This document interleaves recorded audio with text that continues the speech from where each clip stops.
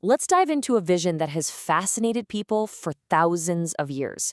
We're just looking at two verses from the prophet Isaiah, but wow, do they pack a punch.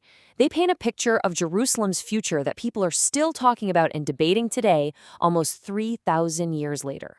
So here it is. Isaiah says he saw a word. Think about that, a vision. And it's a vision of a mountain, the Lord's house, being set up in what he calls the last days. So what in the world does that mean? What did Isaiah actually see for Jerusalem? That's the mystery we're going to unpack. To get to the bottom of this, we've got to treat it kind of like a blueprint. The prophecy itself gives us all the core pieces. And if we look at each one, we can start to see the huge, grand structure Isaiah was describing.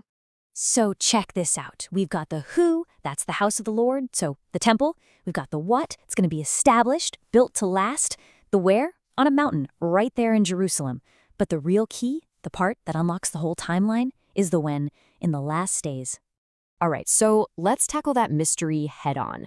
We have to figure out what the prophets actually meant when they said the last days. And as you're about to see, it's not nearly as simple as it sounds. So what are we talking about here? Is Isaiah talking about the literal end of the world, like a final judgment day? Or is it something else entirely? To find the answer, we have to go back to the original language. Okay, so the original Hebrew phrase, and stick with me here, is Be'acharit Hayamim. Now, that doesn't really translate to the end of time.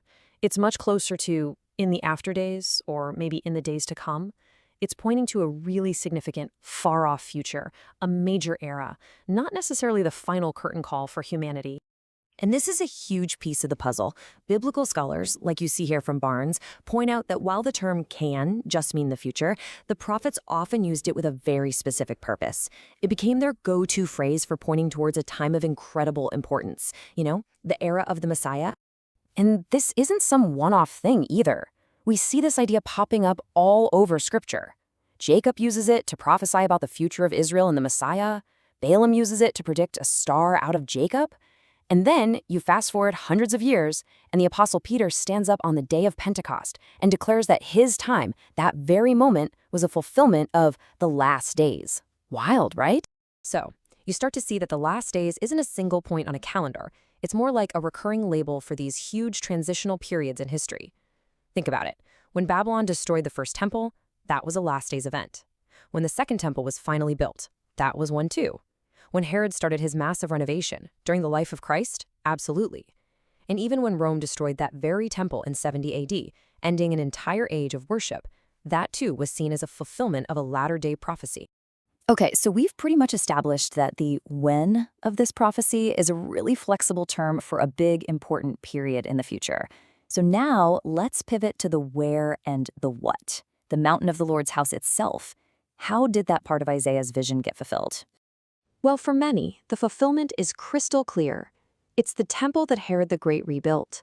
Starting around 20 BC, he created this absolutely magnificent structure, literally established in the top of the mountains, on Mount Moriah. It stood there, plain as day, during what the prophets called the last days, and specifically during the life of Jesus Christ.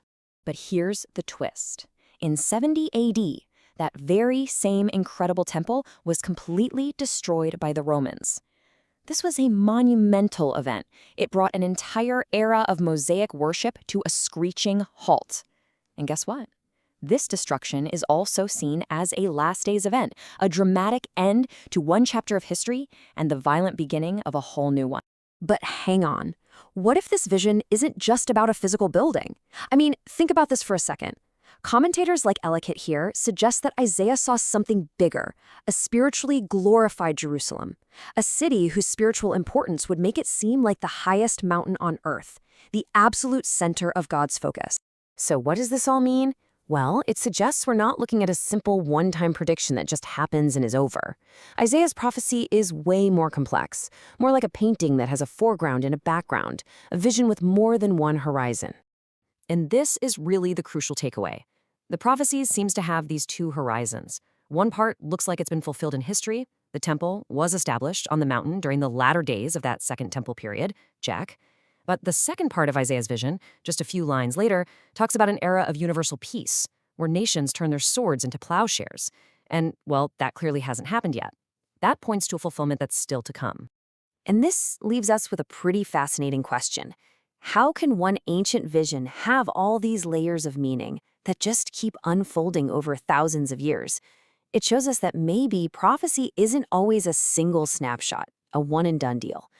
Perhaps it's more like a continuous revelation, speaking to different generations in different ways, with some promises fulfilled and others still waiting for us, right on the horizon.